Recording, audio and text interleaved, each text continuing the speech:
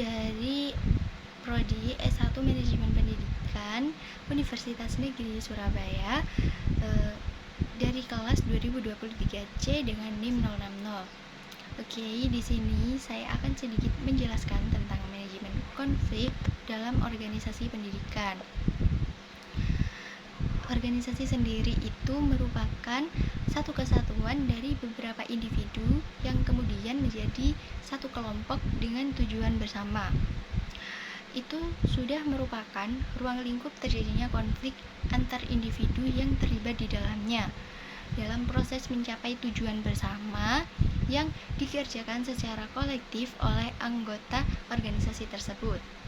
Nah, tentu saja akan terjadi perbedaan dari teori, cara, persepsi, maupun nilai yang tentu saja akan menjadi salah satu pemicu konflik dalam organisasi tersebut. Sebenarnya, pemaknaan tentang konflik itu cukup banyak dikemukakan oleh para ilmuwan dalam disiplin ilmu manajemen. Namun dari banyaknya teori dan definisi mengenai konflik, secara mendasar dapat digambarkan bahwa konflik itu terjadi karena adanya perbedaan pendapat dan tujuan masing-masing individu dalam kehidupan sosial. Dalam beberapa banyak kasus, pemicu konflik itu dapat saja dari hal-hal yang langka dan sangat menarik untuk diperebutkan, seperti nilai, status, pengaruh dalam organisasi, maupun kekuasaan di tempat kerja dan juga organisasi politik. Kemudian, suasana nyaman atau tidak nyaman dalam satu organisasi pendidikan itu terkadang dipersepsikan dengan ada atau tidaknya konflik dalam kebersamaan mereka dalam organisasi tersebut. Namun, kelompok dengan cara pandang yang tradisional itu biasanya sangat mendukung konsep ini, di mana mereka berpendapat bahwa konflik itu harus dihindari karena berbahaya bagi keberlangsungan organisasi.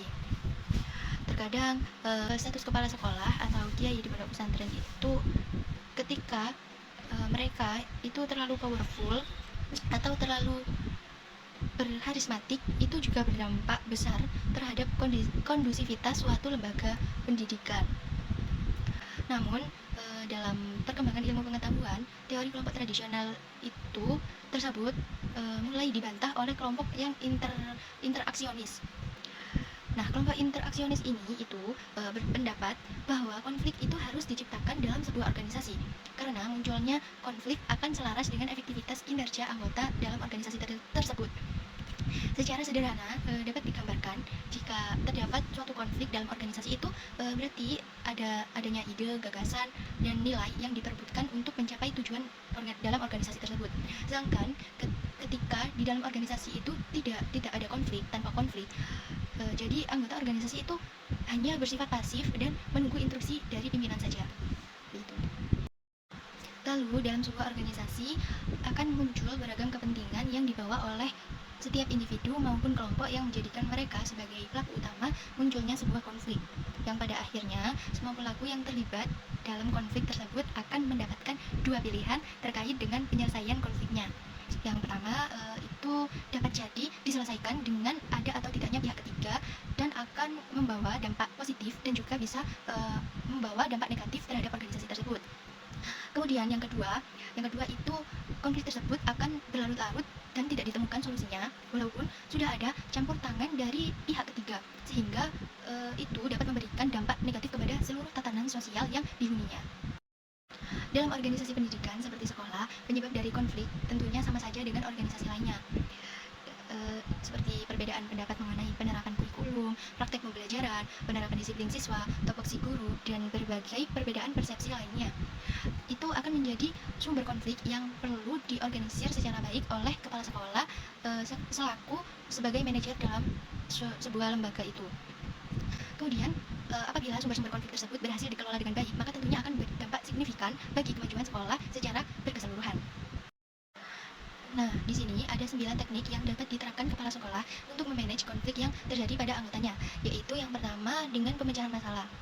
Seorang kepala sekolah itu dapat mengajak pihak-pihak yang berkonflik untuk melakukan pertemuan tatap muka secara internal. Dari tujuan diadakannya pertemuan ini itu untuk mengidentifikasi masalah, apakah masalah tersebut bersifat fungsional yang meliputi perbedaan persepsi mengenai tugas dan cara dalam proses pendidikan pembelajaran, atau sekedar konflik hubungan atau yang bersifat destruktif. sehingga di situ akan muncul solusi melalui pembahasan secara terbuka dengan pemecahan masalah tersebut. Kemudian yang kedua itu ada sasaran atasan.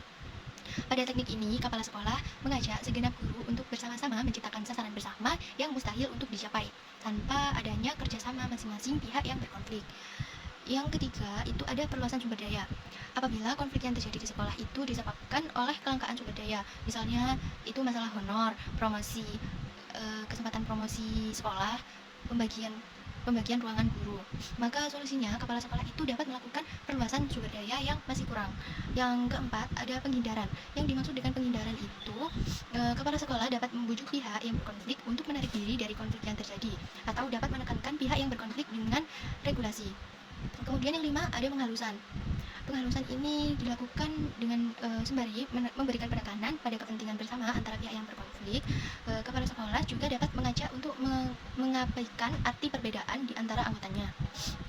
Terus yang keenam itu ada kompromi. Yang berarti mengajak pihak yang berkonflik itu untuk mengorbankan sesuatu yang dianggapnya berharga dan menjadikan sumber terjadinya konflik tersebut. Kemudian yang ketujuh itu ada komando otoritatif, yaitu kepala sekolah menggunakan hak otoritas formalnya untuk menyelesaikan konflik dan kemudian menyampaikan keinginannya terhadap setiap pihak yang terlibat. Kemudian yang kedelapan itu mengubah variabel manusia. Nah, teknik yang dapat diaplikasikan adalah dengan pengubahan perilaku individu, misalnya dengan melakukan ujangan atau tausiah untuk mengubah sikap dan perilaku yang menjadi sumber konflik tersebut. Kemudian yang terakhir yang ke-9 itu dengan mengubah variabel struktur. Di sini itu kepala sekolah dapat melakukan pengubahan struktur organisasi formal dan pola struktural interaksi dari pihak-pihak yang berkonflik melalui perancangan ulang pekerjaan, kemudian pemindahan, penciptaan posisi koordinasi dan yang semacamnya. Sekian penjelasan dari saya. Assalamualaikum warahmatullahi wabarakatuh. Oke, kemudian di sini aku akan sedikit spill ya teman-teman tentang Universitas Negeri Surabaya. Cikidah. Please, please, please, oh baby, lihatlah diriku yang mencinta fortune cookie. Cabang itu, ayo coba pecahkan saja. But oh my God, I think I'm in love with you.